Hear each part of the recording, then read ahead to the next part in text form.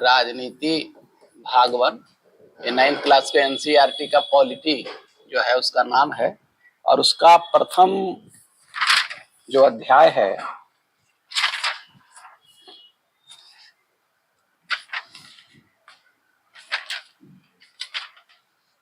लोकतंत्र क्या और लोकतंत्र क्यों, अध्याय 1 है लोकतंत्र क्या और लोकतंत्र क्यों।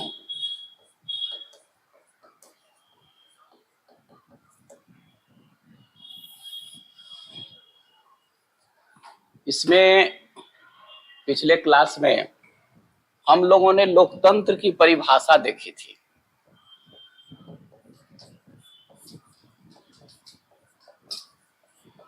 लोकतंत्र की परिभाषा देखी थी और यह देखा था कि लोकतंत्र यूनानी शब्द डेमोक्रेसी से बना है। डेमोक्रेसी से बना है, जिसका अर्थ होता है जनता का शासन। जाहिर है कि लोकतंत्र में जनता केंद्रीय भूमिका में होती है। आप जानते हैं कि लोकतंत्र में जनता ही अपने प्रतिनिधियों को चुनती है और ये प्रतिनिधि सरकार बनाते हैं। अगर प्रकारांतर से देखा जाए तो लोकतांत्रिक जो सरकार बनती है उसमें जनता ही अपरोक्ष रूप से भागीदारी निभाती है। फिर हम लोगों ने लोकतंत्र की परिभाषा जो अब्राहम लिंकन की है उसको भी देखा था कि लिंकन कहते हैं कि लोकतंत्र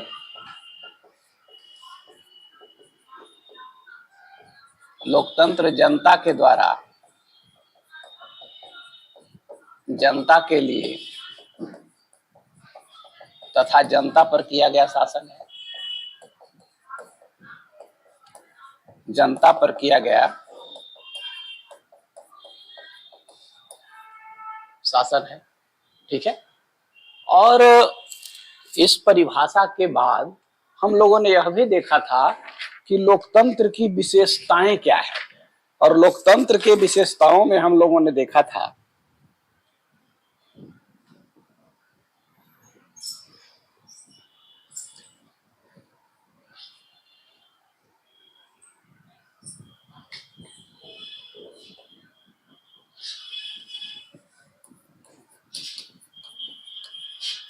लोकतंत्र की विशेषताएं। लोकतंत्र की विशेषताओं में हम लोगों ने देखा था कि जो प्रमुख फैसला है, सबसे पहले तो लोकतंत्र की विशेषता में है कि जनता अपने शासक को चुनती है। दूसरा हमने देखा था कि ये जो निर्वाचित शासक है वही अंतिम निर्णय लेते हैं। जिसको आप चुनकर भेजते हैं वही तो निर्णय लेता है। तो निर्वाचित शासक ही अंतिम निर्णय लेते हैं।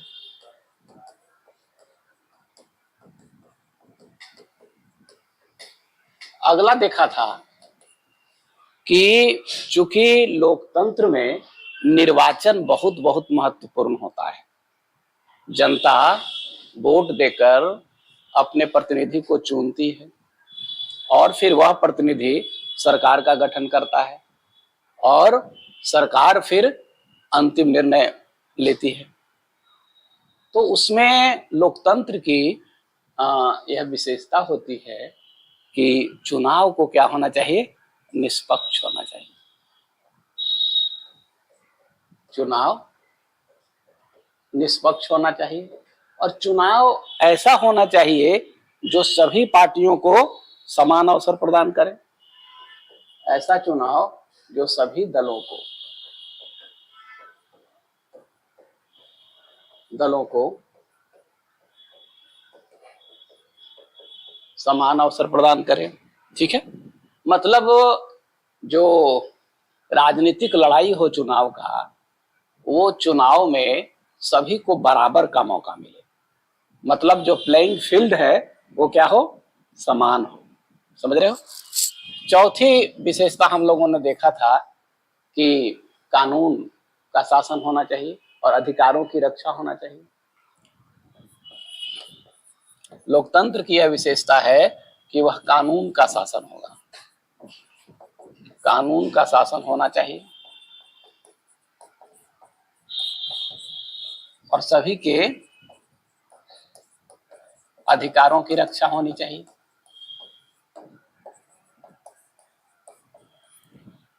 ठीक है, अगली विशेषता हम लोगों ने देखा था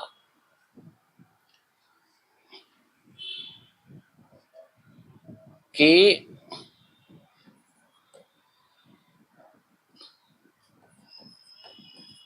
लोकतंत्र में प्रत्येक व्यक्ति को क्या देने का अधिकार, वोट देने का अधिकार होना चाहिए। लोकतंत्र में प्रत्येक व्यक्ति को मतदान का अधिकार होना चाहिए।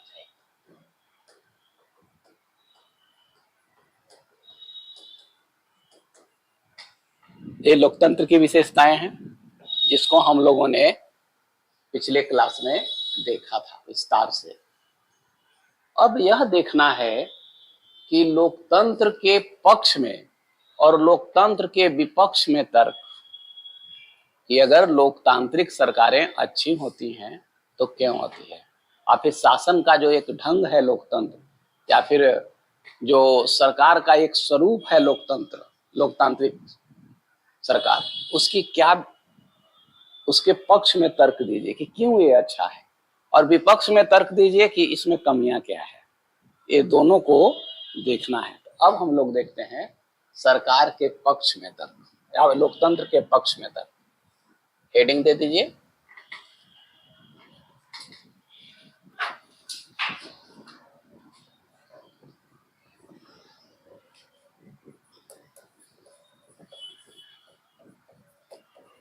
लोकतंत्र के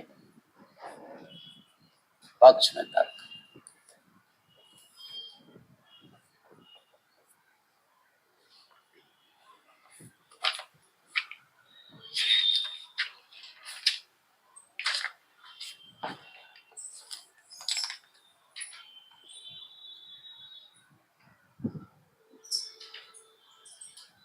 देखो समझना, एक एक चीज को समझो।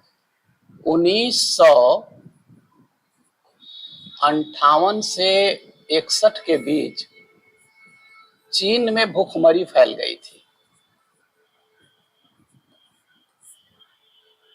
और इस भूखमरी के कारण भारी संख्या में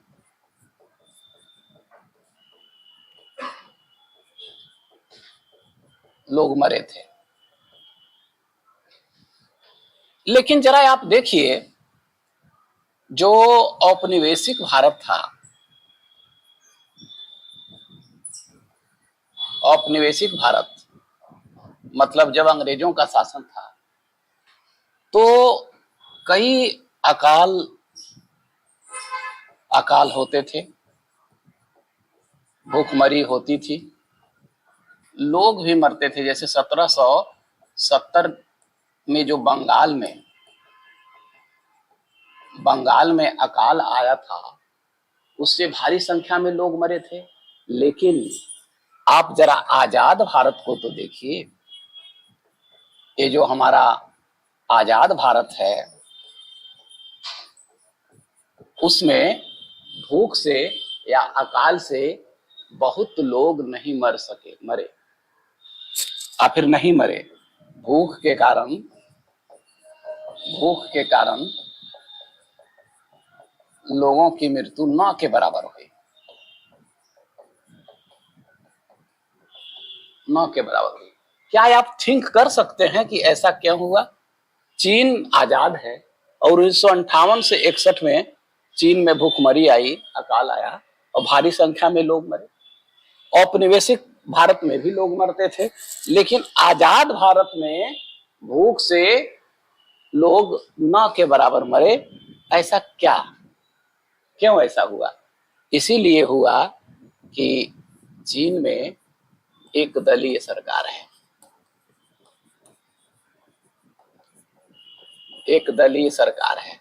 अब एक दलीय सरकार में विपक्ष की महती भूमिका होगी? नहीं होगी। तो विपक्ष की भूमिका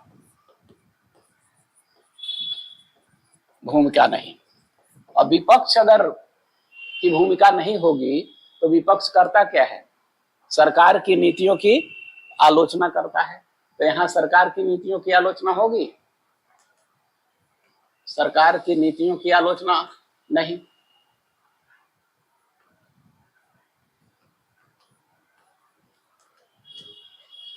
अगर सरकार के नीतियों की आलोचना नहीं होगी तो क्या सरकार जनता के प्रति बहुत जवाबदेह होगी? नहीं। तो जनता के प्रति जवाबदेह नहीं।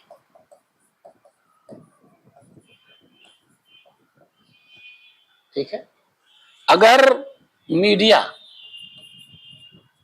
भी पूरी तरह से स्वतंत्र नहीं हो, जैसा कि चीन की मीडिया है, तो मीडिया भी स्वतंत्र नहीं हो तो मीडिया भी जनता के मुद्दों को उठाएगी? नहीं। सरकार के जो कमियां हैं उसको गिनाएगी? नहीं। तो चीन में तो ऐसी व्यवस्था थी, लेकिन आजाद भारत में देखिए, आप आजाद भारत पर गौर कीजिए।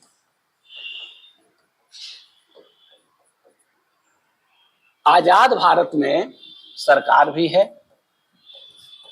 और क्या है, विपक्ष भी है, क्योंकि यहां बहुदलीय व्यवस्था है। बहुदलीय व्यवस्था है तो कई पार्टियां भी हैं, कई दल हैं, और कई दल हैं, विपक्ष हैं, तो कई दल आवाजें उठाएंगी जनता की। उठाएगी या नहीं उठाएगी? तो कई दल भी और विपक्ष भी सरकार की कमियां गिनाते हैं, सरकार की कमियां गिनाते हैं। साथ ही जो मीडिया है भारत में, आजाद भारत में, वो भी स्वतंत्र है, वो भी आलोचना करते हैं। ठीक है। ऐसे में जो ज्यादा लोकतांत्रिक सरकार होगी उसकी जवाबदेही जनता के प्रति अधिक होगी। यही कारण है, अर्थशास्त्रियों का यह मानना है कि लोकतांत्रिक शासन में खाद्य सुरक्षा सरकार मुहैया करवाने के लिए वचनबद्ध होती है, क्योंकि मीडिया, विपक्ष और कई दलों की भूमिका होती है। ठीक है ना? तो पहली विशेषता क्या निकल कर आ रही है इससे? पहली विशेषता यह आती है कि लोकतंत्र के पक्ष में क्या तर्क है? पहला तर्क यह है कि लोकतांत्रिक सरकारें ज्यादा जनता के प्रति जवाबदेह होती है। पहला तर्क।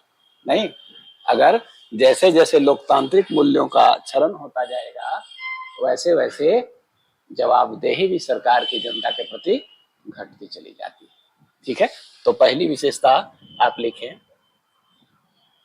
पहली विशेषता लिखें, सरकार, लोकतांत्रिक सरकार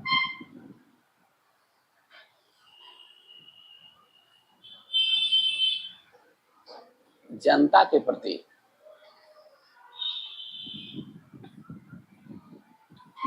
प्रति अधिक जवाबदेह होती है।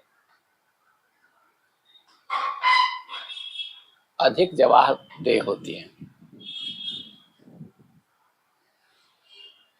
डैश दीजिए और लिखिए, लोकतांत्रिक शासन पद्धति में, लोकतांत्रिक शासन पद्धति में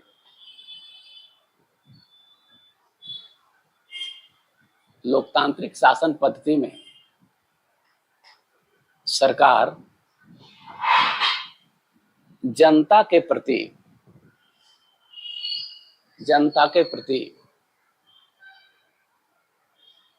अधिक जवाबदेह होती है।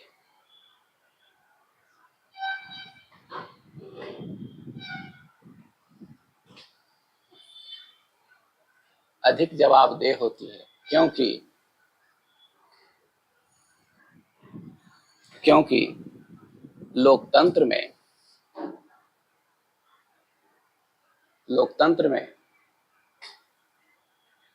विपक्ष और स्वतंत्र मीडिया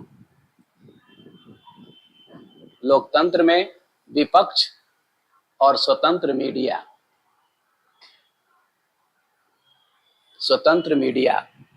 सरकार की कमियों को उजागर करते हैं, सरकार की कमियों को उजागर करते हैं।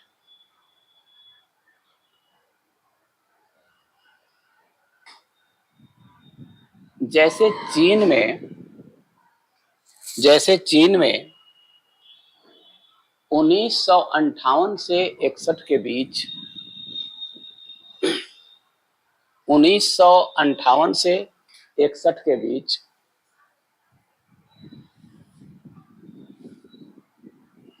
भूखमरी के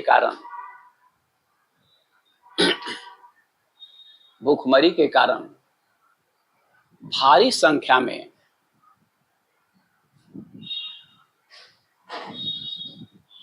लोग मरे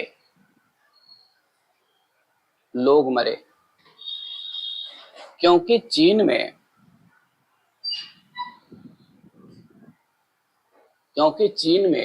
एक दलीय व्यवस्था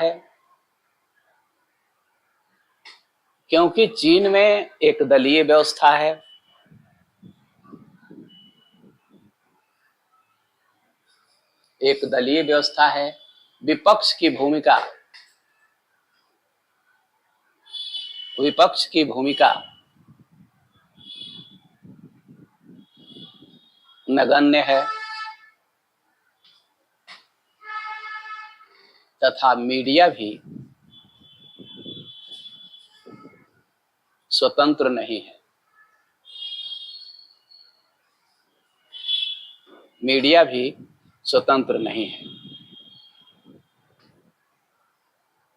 साथ ही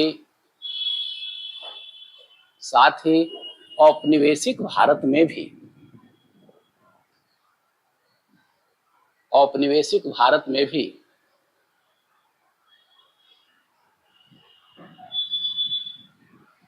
अकाल के कारण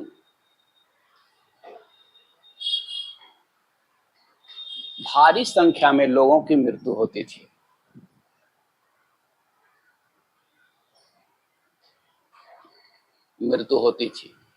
जैसे 1770 के बंगाल के दुर्भिक्ष आया काल में लाखों लोग मारे गए थे, क्या लाखों लोगों की मृत्यु हुई थी।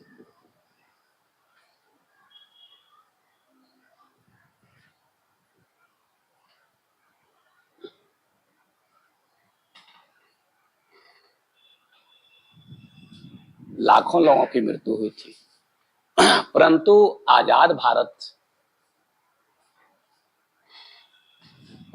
आजाद भारत ने लोकतांत्रिक शासन पद्धति को अपनाया। आजाद भारत ने लोकतांत्रिक शासन पद्धति को अपनाया, जिसके कारण वह जनता के प्रति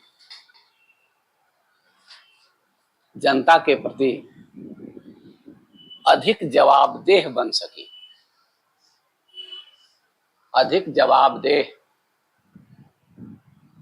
सकी। यही कारण है कि आजाद भारत में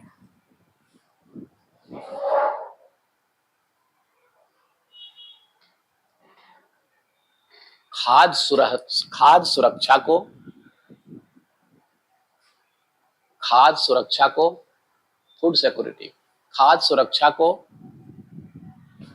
अहमियत दी, खाद्य सुरक्षा को अहमियत दी। परिणाम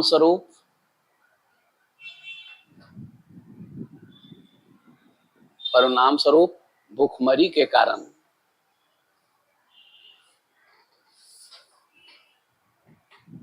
लोगों की मृत्यु नहीं हो सकी, लोगों की मृत्यु नहीं हो सकी।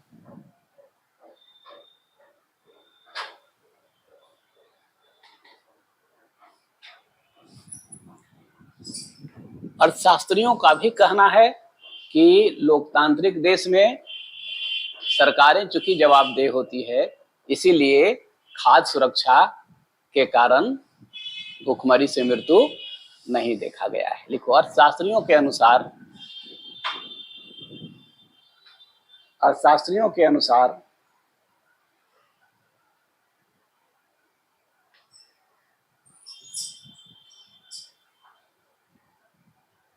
किसी भी स्वतंत्र और लोकतांत्रिक देश में,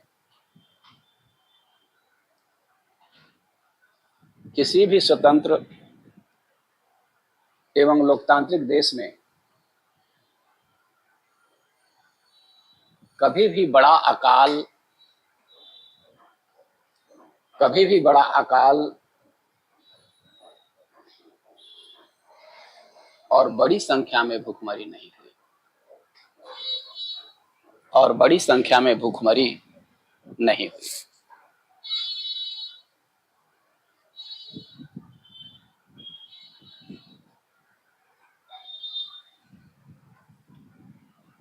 तो लोकतंत्र के पक्ष में यह पहला तर्क है कि वह जवाबदेह जनता के प्रति होती है। ठीक है। दूसरा पक्ष में यह तर्क है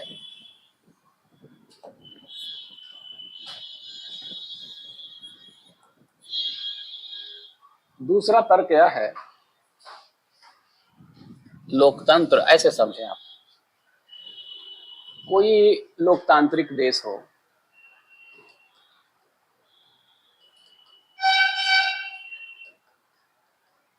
जैसे मान लिया भारत।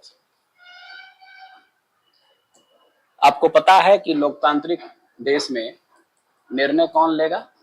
जनता द्वारा चुना गया प्रतिनिधि, मतलब सरकार। सरकार क्या अनाप शनाप निर्णय ले लेती है? नहीं ना। जैसे मान लिया समान नागरिक संहिता, समान नागरिक संहिता, अगर सरकार समान नागरिक संहिता पर कानून बनाए तो क्या एकाएक बना देगी? इस पर देश में तर्क वितर्क होगा। देखो, कई सालों से इस पर क्या हो रहा है? विचार विमर्श हो रहा है, तर्क वितर्क हो रहा है। कैसे तर्क वितर्क हो रहा है? दल भी तर्क वितर्क कर रहे हैं, मीडिया में भी तर्क वितर्क हो रहा है, लोग भी इस पर क्या कर रहे हैं? लोग भी इस पर तर्क वितर्क कर रहे हैं। अगर किसी भी विषय पर इतना विचार विमर्श करके कोई निर्णय लिया जाए तो वह निर्णय को बेहतर होने की संभावना बढ़ जाती है। अगर देश में लोकतंत्र नहीं होता, देश में गैर लोकतांत्रिक शासन होता, तो बिना विचार विमर्श के ही शासक ले लेते निर्णय, और शासक निर्णय ले लेते तो वह निर्णय में बेहतर होने की संभावना कम हो जाती है। तो लोकतंत्र की यह विशेषता है कि इसमें जो निर्णय लिए जाते हैं उसकी बेहतरी की संभावना बढ़ जाती है। तो दूसरी विशेषता होगी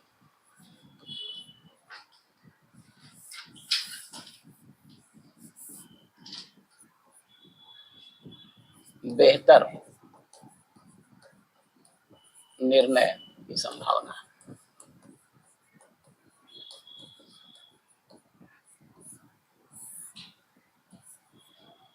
बेहतर निर्णय की संभावना। बेहतर निर्णय की संभावना। लोकतांत्रिक शासन व्यवस्था में लोकतांत्रिक शासन व्यवस्था में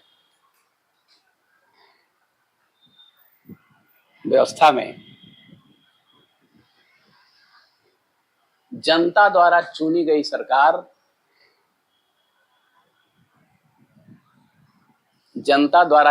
सरकार ही अंतिम निर्णय लेती है।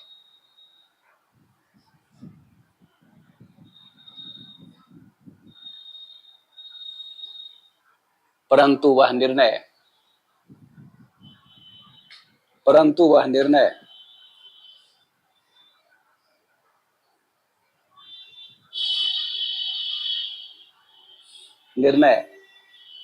विचार विमर्श के बाद लिया जाता है। विचार विमर्श के बाद लिए जाते हैं। अतः उस निर्णय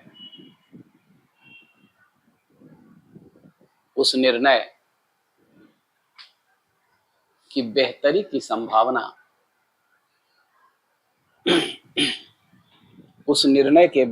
संभावना बढ़ जाती है और गलतियों की गुंजाइश कम हो जाती है।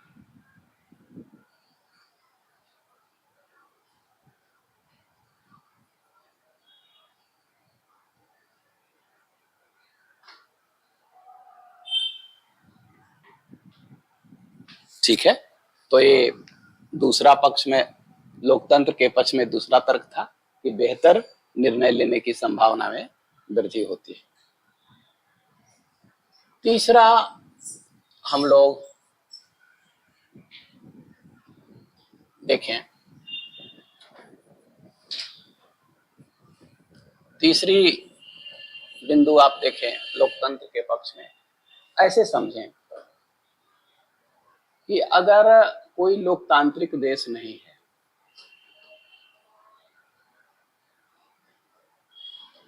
है, ठीक है, जैसे पाकिस्तान में लोकतांत्रिक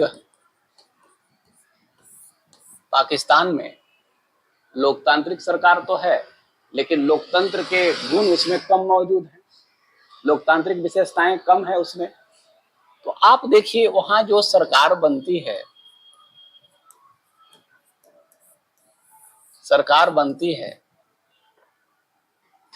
वहां पे हमेशा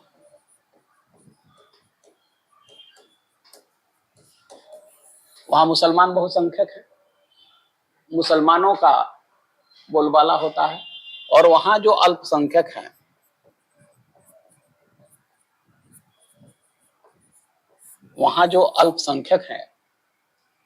खासकर वहां के हिंदू, शासन में वो लगभग दरकिनार है। ठीक है, अब मुसलमानों की सरकार बनती है तो बहुसंख्यक वहां जो अल्पसंख्यक है उसको उत्पीड़ित करेगा। ठीक है, ऐसे में क्या कोई दो समुदाय लंबे समय तक साथ साथ रह सकते हैं?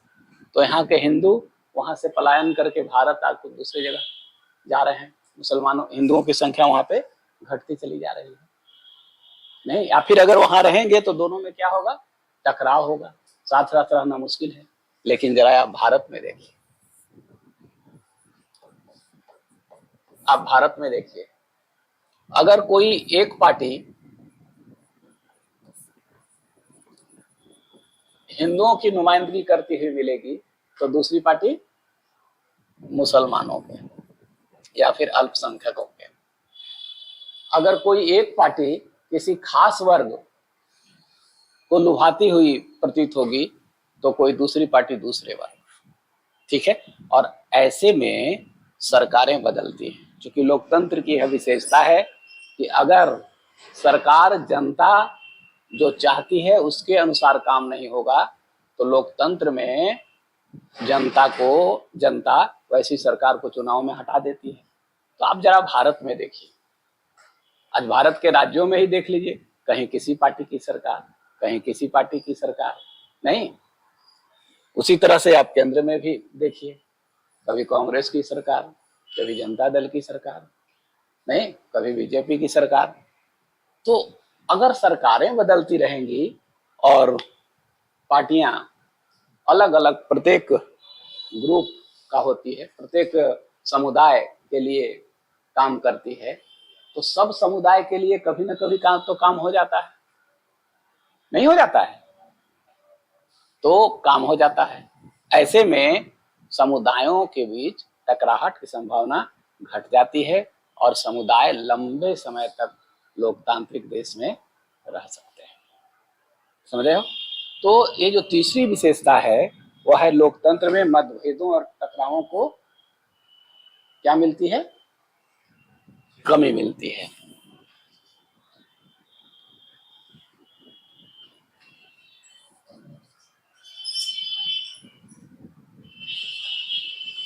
तीसरा,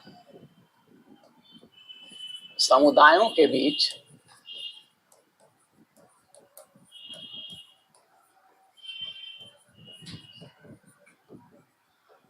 मतभेदों और टकरावों में संतुलन।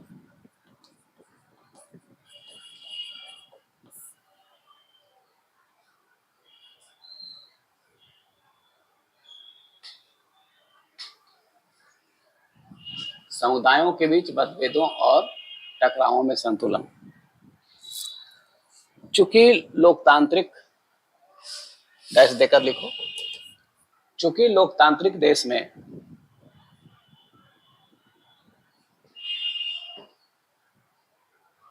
चूंकि लोकतांत्रिक देश में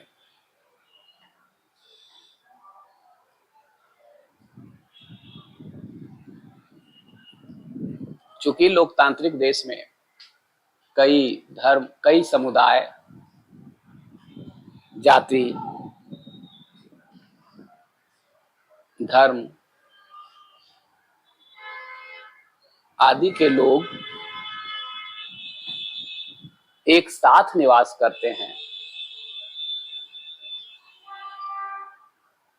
एक साथ निवास करते हैं,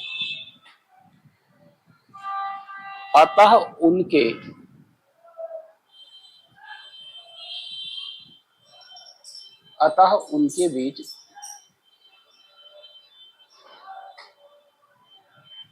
उनके बीच विचारों में विविधता भी होती है।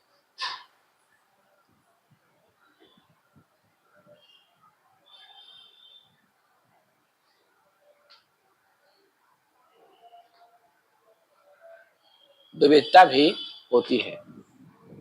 इन विचारों में विविधता के कारण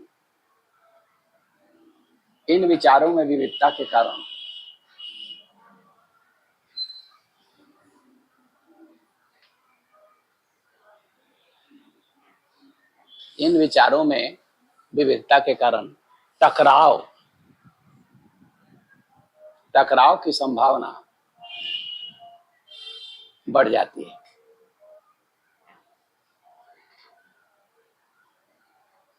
टकराव की संभावना बढ़ जाती है। परंतु लोकतांत्रिक देश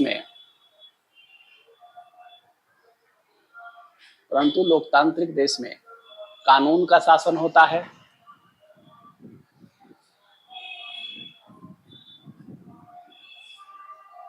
कानून का शासन होता है और साथ ही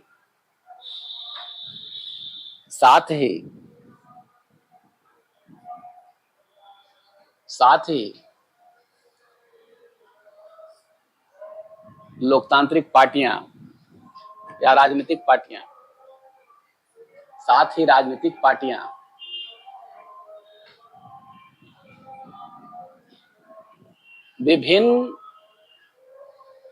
विभिन्न समुदायों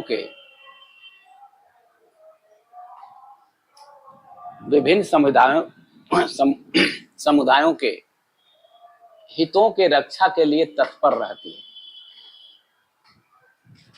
विभिन्न समुदायों के हितों के रक्षा के लिए तत्पर होती है।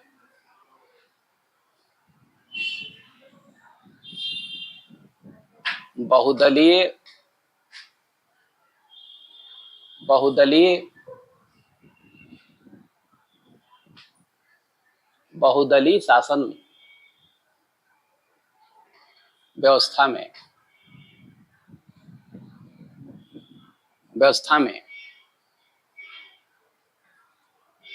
सरकारें भी समय समय पर बदलती रहती है। समय समय पर बदलती रहती है, जिससे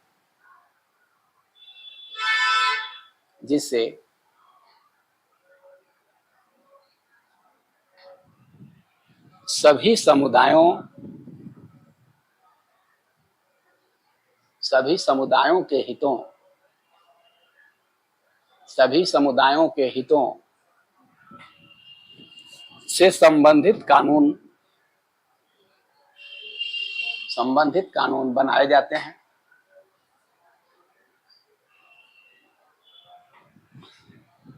ऐसी स्थिति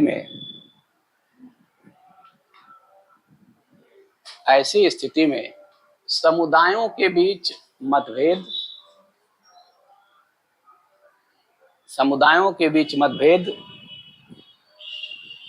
और टकराव की गुंजाइश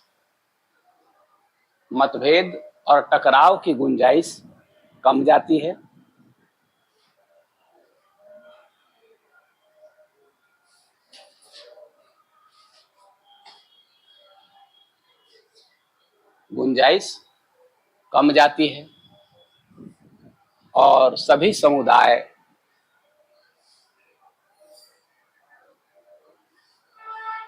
लंबे समय तक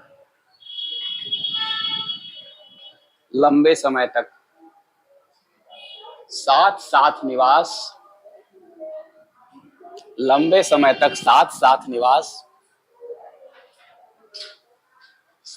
निवास कर सकते हैं। लंबे समय तक साथ निवास कर सकते हैं।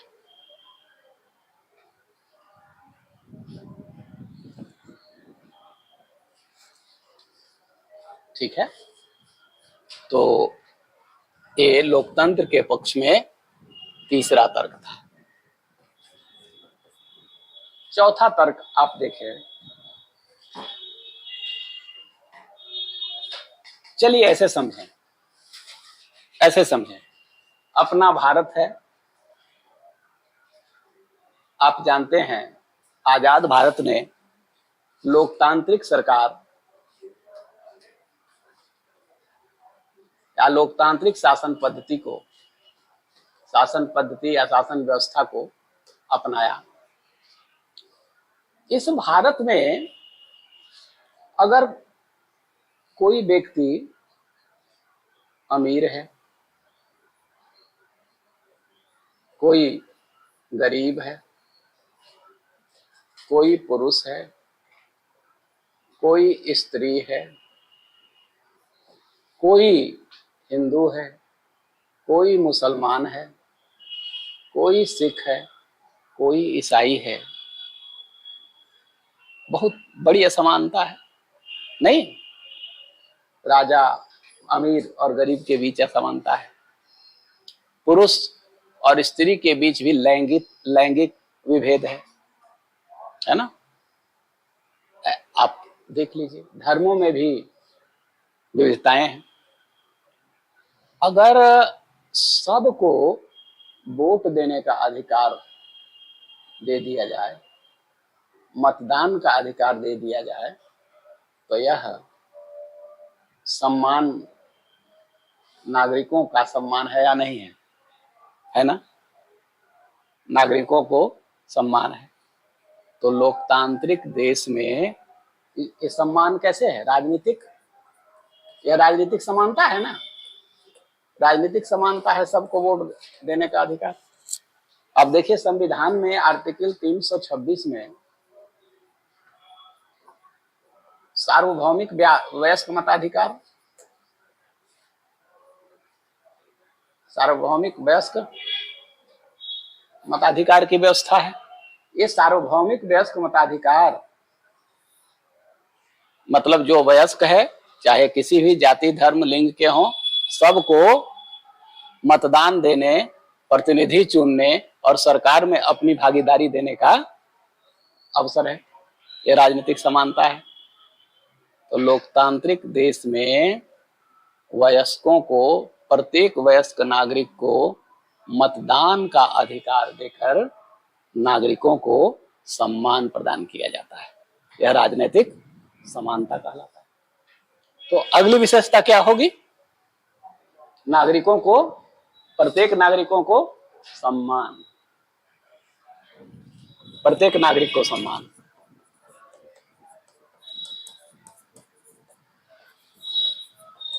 प्रत्येक नागरिक को सम्मान, प्रत्येक नागरिक को सम्मान। देखिए,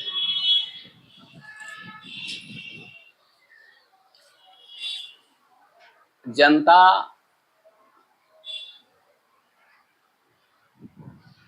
लोकतंत्र में केंद्रीय भूमिका में होती है, केंद्रीय भूमिका में होती है।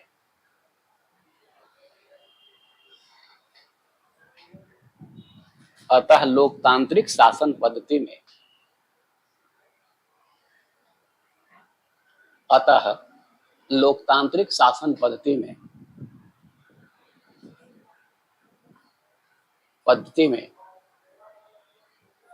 राजनीतिक समानता होनी चाहिए। राजनीतिक समानता होनी चाहिए। राजनीतिक समानता के अंतर्गत, राजनीतिक समानता के अंतर्गत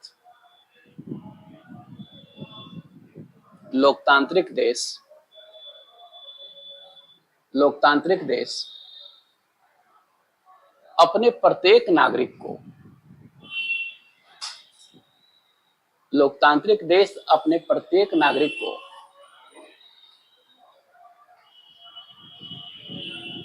सार्वभौम या सार्वभौमिक वयस्क मताधिकार, सार्वभौमिक वयस्क मताधिकार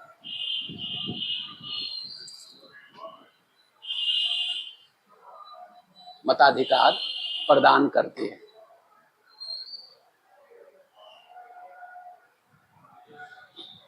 इससे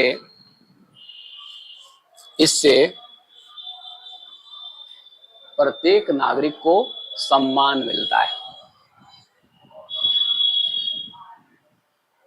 इससे प्रत्येक नागरिक को सम्मान मिलता है। प्रत्येक नागरिक को सम्मान मिलता है। भारतीय संविधान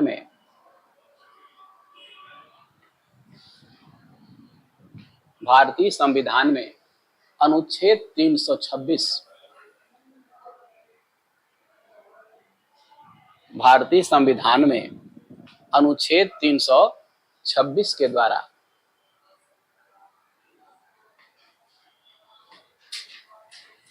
भारतीय नागरिक को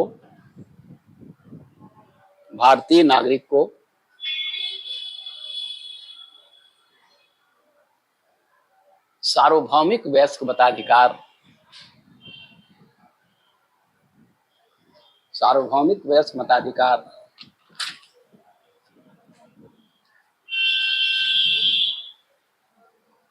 प्रदान किया गया है।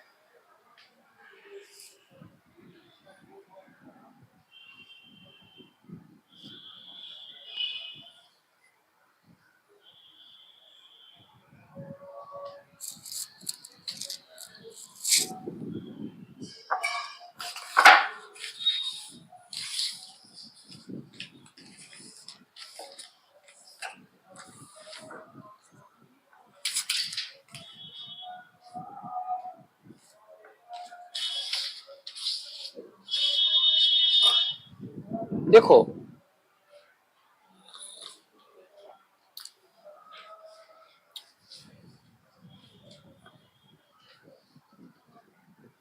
लोकतंत्र के पक्ष में अगला तर्क समझना, अगला तर्क समझो। चलो, भारत है, भारत की जनता ने किसी आम चुनाव में, भारत की जनता ने किसी आम चुनाव में एक सरकार बना दी। जनता को बाद में प्रतीत हुआ कि उससे गलती हो गई। जनता भूल सुधार कैसे करेगी? जब अगला आम चुनाव आएगा लोकसभा का, तो क्या करेगी? सरकार के विपक्ष में पार्टी को वोट देकर अपना दूसरी सरकार बना लेगी, नहीं? और अपना भूल सुधार करेगी। तो लोकतंत्र के पक्ष में एक तर्क भी यह है कि जनता को भूल सुधारने का अवसर होता है।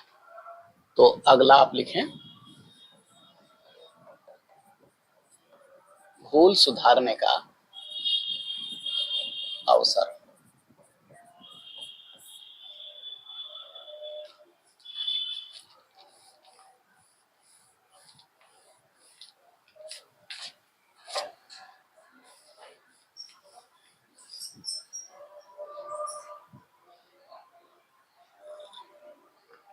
लिखो, लोकतांत्रिक शासन पद्धति में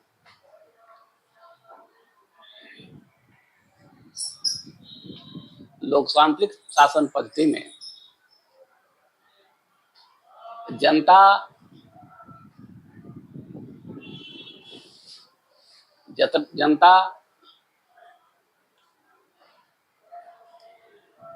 सरकार बनाती है और सरकार चुनती है, या शासक को चुनती है, ऐसा कर, शासक को चुनती है। यदि वह शासक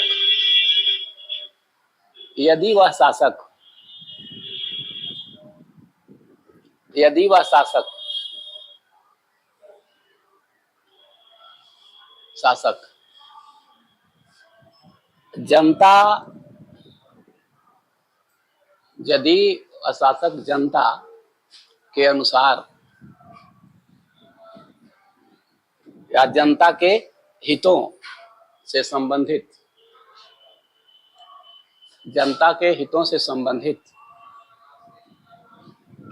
कार्य नहीं करती,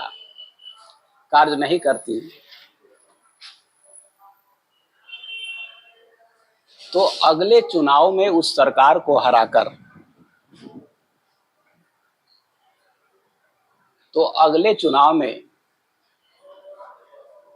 उस सरकार को हराकर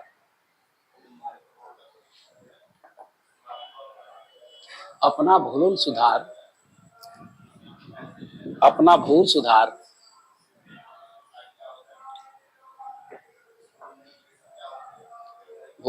कर सकते, अपना भूल सुधार कर सकते। ठीक है? तो चुनाव, लोकतंत्र में चुनाव वह माध्यम है जिसके द्वारा हम सरकार को बदल सकते हैं, ठीक है, और अपना भूल सुधार कर सकते हैं। तो लोकतंत्र के पक्ष में ये सब तर्क गढ़े जाते हैं। अब हम देखते हैं लोकतंत्र के विपक्ष में क्या तर्क है।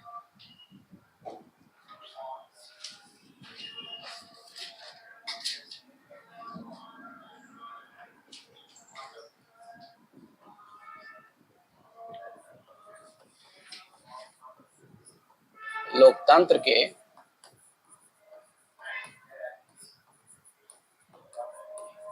विपक्ष में तर्क,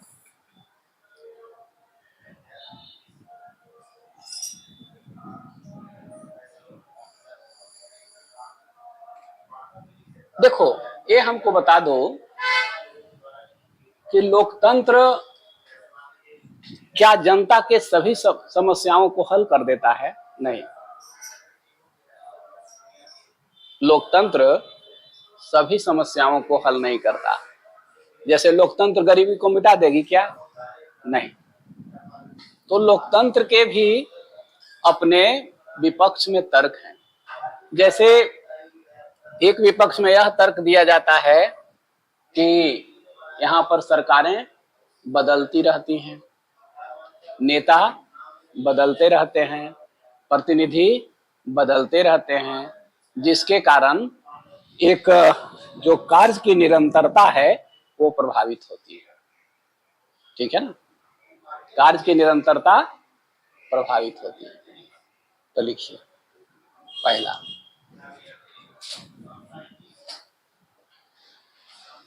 पहला है लोकतंत्र में नेता बदलते रहते हैं।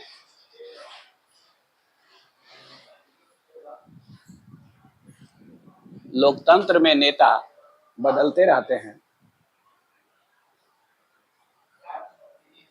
बदलते रहते हैं।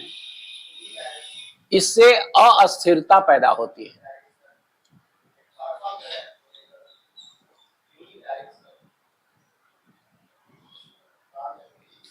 इससे अस्थिरता पैदा होती है।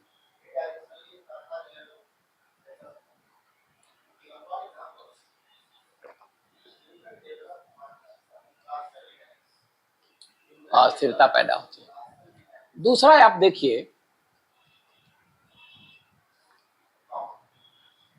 दूसरा लोकतंत्र में राजनीतिक संघर्ष चलता रहता है।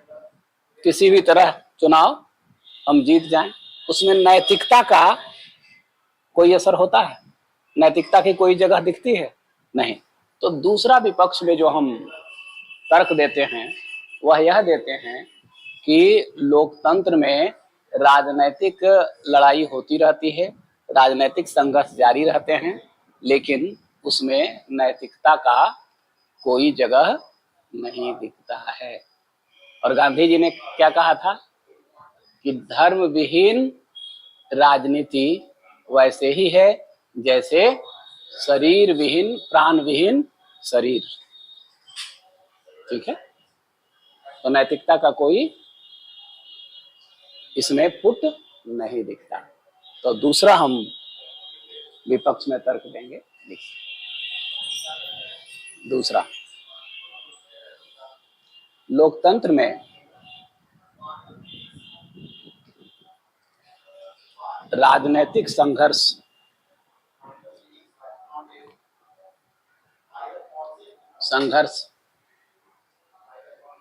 सत्ता के लिए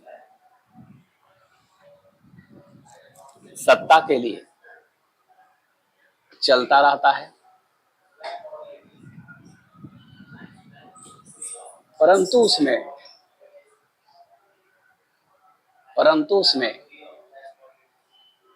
नैतिकता की कोई जगह नहीं होती।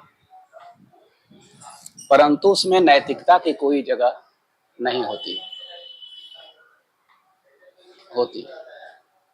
गांधी जी ने, या गांधी जी के अनुसार, धर्म विहीन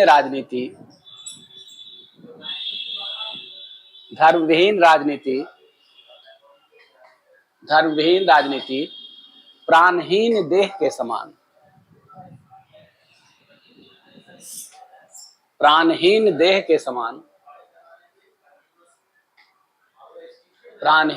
के समान होती है। यहाँ धर्म से तात्पर्य क्या है? नैतिकता से। यहाँ धर्म का अर्थ नैतिकता से है।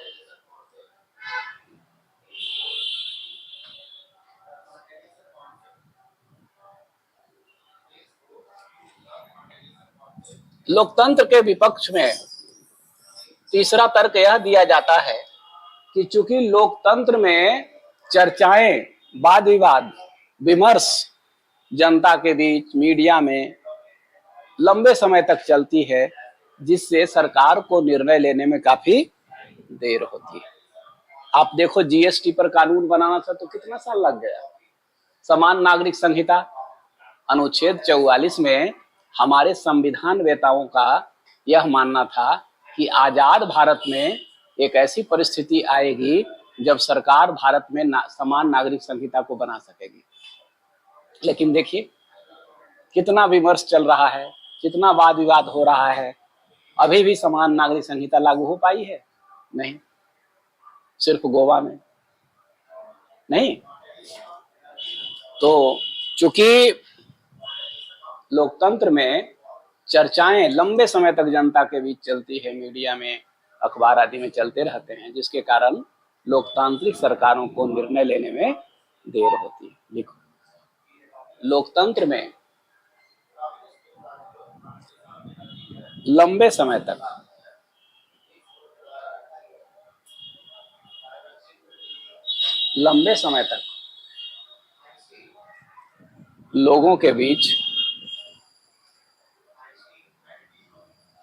लोगों के बीच चर्चाएं चलती हैं, जिसके कारण सरकारों को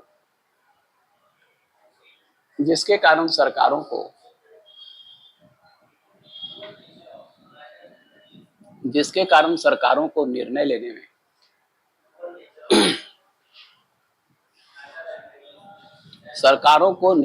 में काफी देर हो जाती है।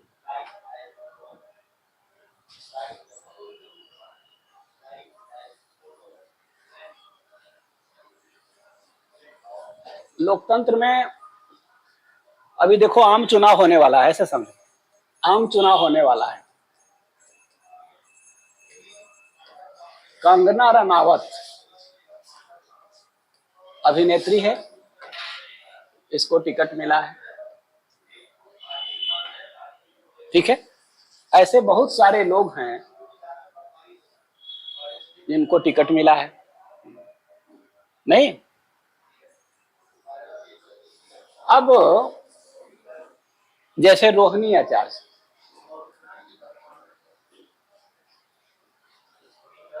ये सिंगापुर में रहती थी, लालू जी की लड़की, अब इसको टिकट मिला है छपरा से। कंगना रनावत और रोहिणी आचार्य जीत कर जाएगी क्या? जिस क्षेत्र से जीत कर जा रही है उस क्षेत्र के जनता के हितों का इनको पता है? नहीं। तो लोकतंत्र के विपक्ष में यह तर्क दिया जाता है कि कुछ ऐसे भी नेता चुनकर चले जाते हैं जिनको कि उस क्षेत्र के जनता के हितों का पता नहीं होता। अगला, लोकतंत्र में कुछ ऐसे नेता भी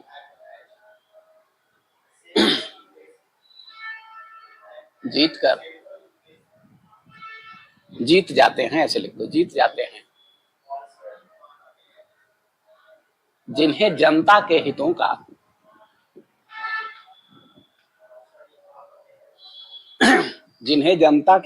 पता नहीं चलता,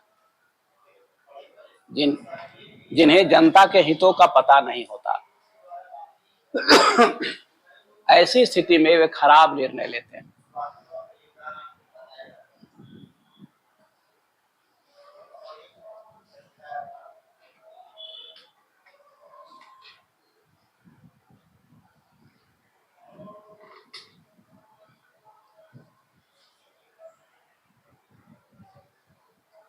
समझना, देखो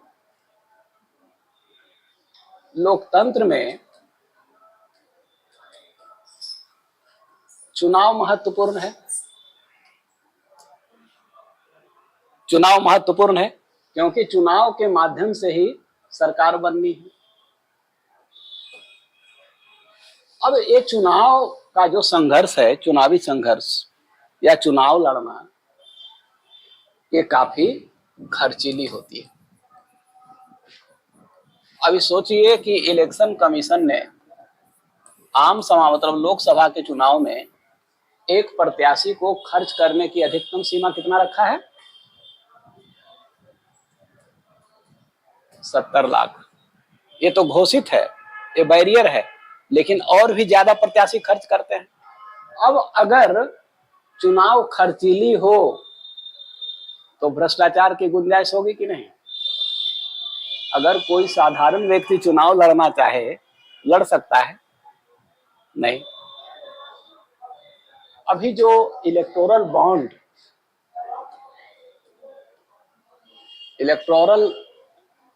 बॉन्ड का मामला है, उसमें क्या दिखता है? चूंकि पार्टियों को चुनाव लड़ना है और चुनाव लड़ना है, चुनाव खर्चीली है, ऐसे में अगर सरकार तक पहुंचना है तो उसको अधिक से अधिक धन पार्टी को होना चाहिए, और ऐसी स्थिति में गलत तरीके से भी धन उगाहने के लिए पार्टियां क्या हो जाती है? राजी हो जाती है। उसका जीता जागता उदाहरण क्या है? Electoral bond. ठीक है, तो लोकतंत्र में चुनाव महत्वपूर्ण होते हैं और चुनाव के खर्चीली होने के कारण भ्रष्टाचार को बढ़ावा मिलता है। लिखो, लोकतंत्र में चुनाव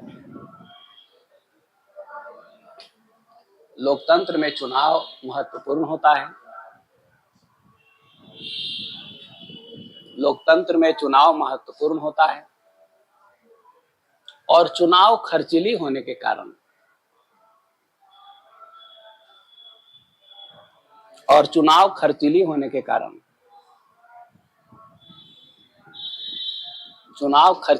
कारण भ्रष्टाचार की गुंजाइश बढ़ जाती है।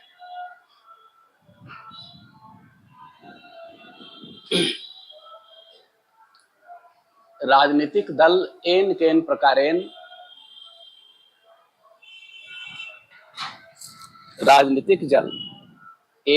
प्रकारेण माने जैसे भी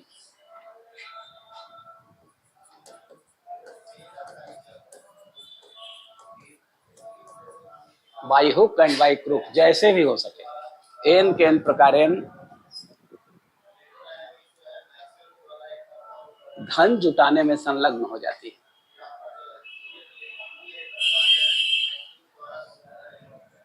वर्तमान में इलेक्टोरल बॉन्ड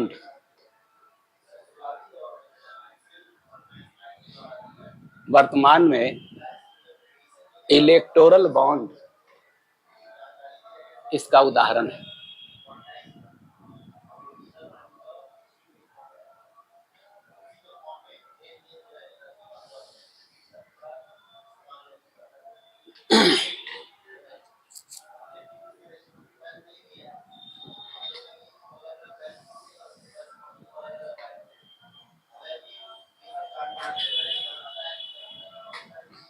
देखो, समझना, जनता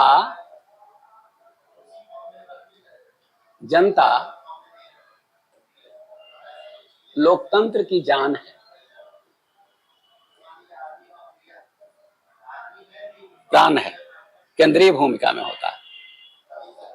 और ये जनता अपना प्रतिनिधि चुनती है और प्रतिनिधि इसके सरकार बनाते हैं, और जनता के लिए यह सरकार निर्णय करती है, कानून बनाती है, निर्णय लेती है। अब बताइए, अगर सरकार CAA पर कोई निर्णय ले रही है या समान नागरिक संहिता पर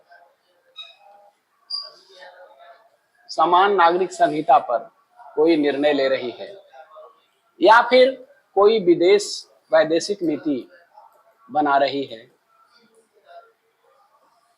इसकी समझ सभी जनता को है? नहीं है।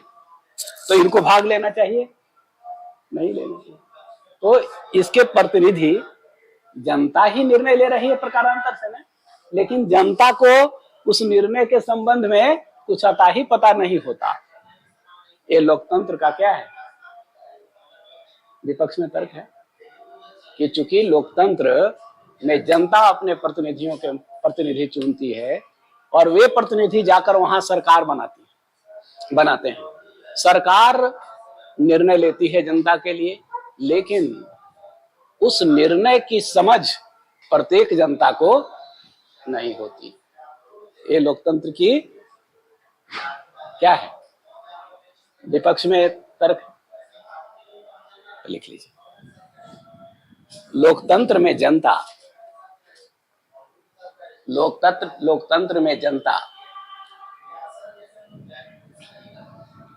अपने प्रतिनिधि को चुनती है। जनता अपने प्रतिनिधि को चुनती है।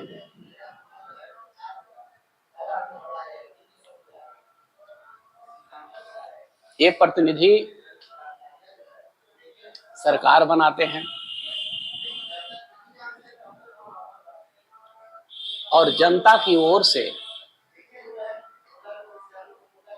निर्णय लेते हैं।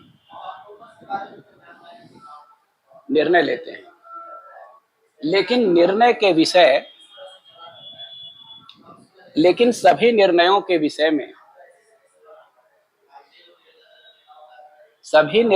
विषय में प्रत्येक जनता को समझ नहीं होती। प्रत्येक जनता को समझ नहीं होती।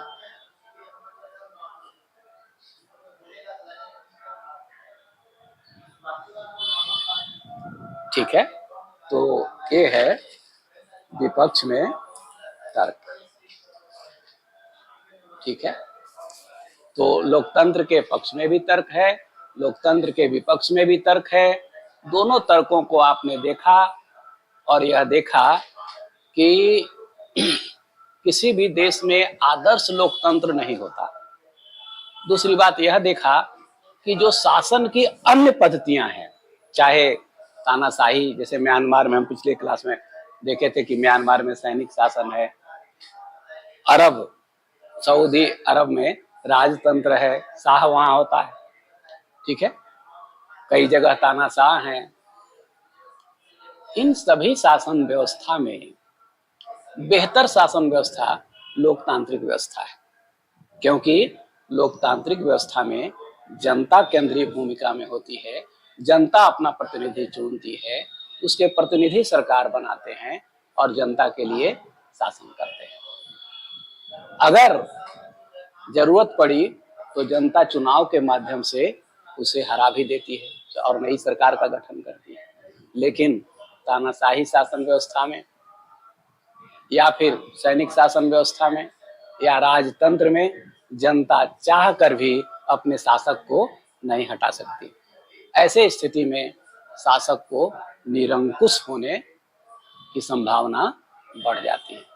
इसीलिए पूरे दुनिया के समाज ने आज तक के जितना शासन व्यवस्था को देखा है, उन सभी शासन पद्धति या सभी शासन व्यवस्थाओं में लोकतंत्र महत्वपूर्ण है। इसीलिए वर्तमान में लोकतांत्रिक शासन पद्धति सबसे बेहतर शासन पद्धति मानी जाती है। ठीक है, तो क्वेश्चन प्रैक्टिस के लिए लिखिए।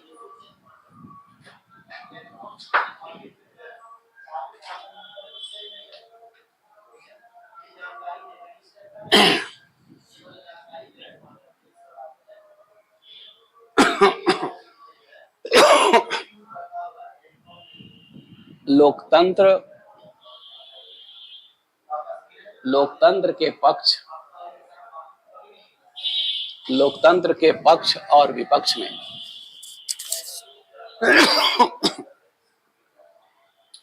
लोकतंत्र के पक्ष और विपक्ष में तर्क प्रस्तुत करें।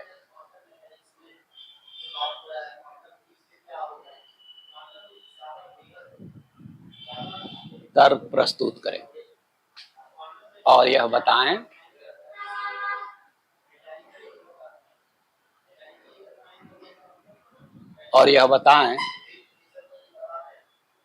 कि सभी शासन पद्धतियों में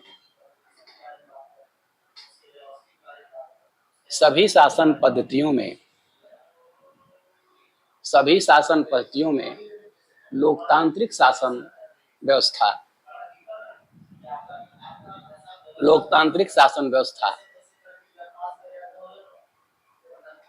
सबसे अच्छी क्यों मानी जाती है? सबसे अच्छी क्यों मानी जाती है?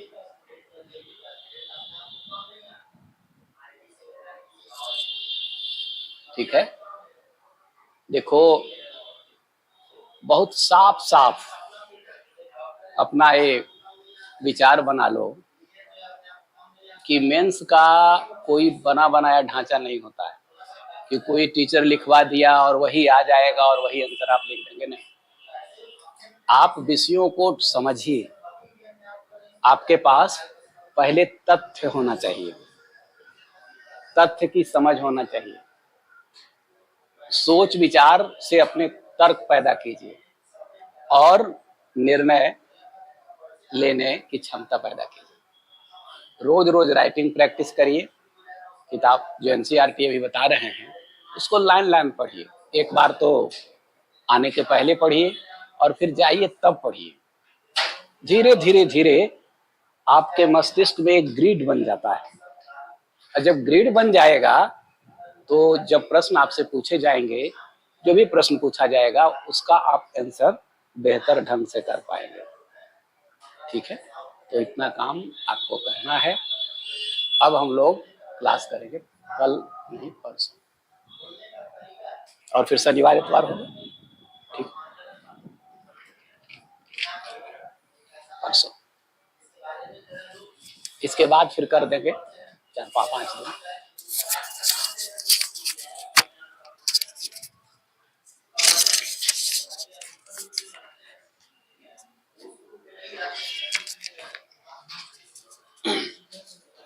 लिख के लाना।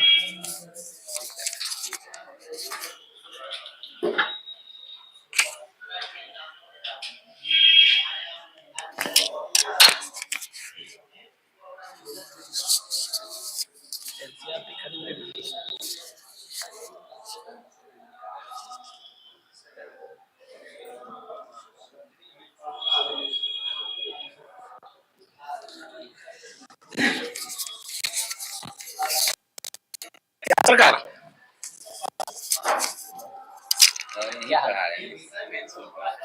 नहीं, एक लड़का था सर 11th 12th नहीं पढ़ता था, मैथ लिया था एडमिशन मेरे हुआ क्या कि सर को जॉब हो गया था, टाइम चेंज, बेचारा टाइम नहीं मिला तो यहीं को टीचर लाए हैं ऋषि कुमार में, यहीं फिजिक्स पढ़ता था, यही एडमिशन कराया था राजीव बिहार, तो उसमें पैसा वैसा बोल रहे हैं 4,000 देख बच्चा की तरफ ऐसे क्लास में ही चलाते हैं और क्लास ये जो तो मेन रोड है, ये जो तो ठीक है बाइक करवा दिया आवाज करता इधर नहीं यहाँ पे पार्टी छोटे चीजों में भी आप अगर सब चीजों को देखते हैं तो उसमें भी इस तरह से कंट्रीब्यूशन किया हुआ है।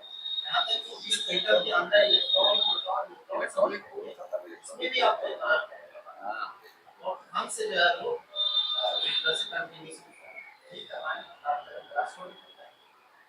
तो और ढंग से जो है नॉर्मली जो चीजों को अरेंज इस बात को समझते हैं विषय से इंग्लिश वाला मैथ फिजिक्स आनंद सर के volcanic physics Anand Kumar sir नया टोला में चार्टर से इधर से उधर से पिछले साल आए आप से चलाइए। मार्केट थोड़ा गिरा हुआ है, बहुत ज्यादा गिरा, कंपटीशन ज्यादा हो गया, इलेक्ट्रॉनिक फोटो जानी पड़ेगी, लड़का के पास ऑप्शन ज्यादा। वीडियो चल रहा है।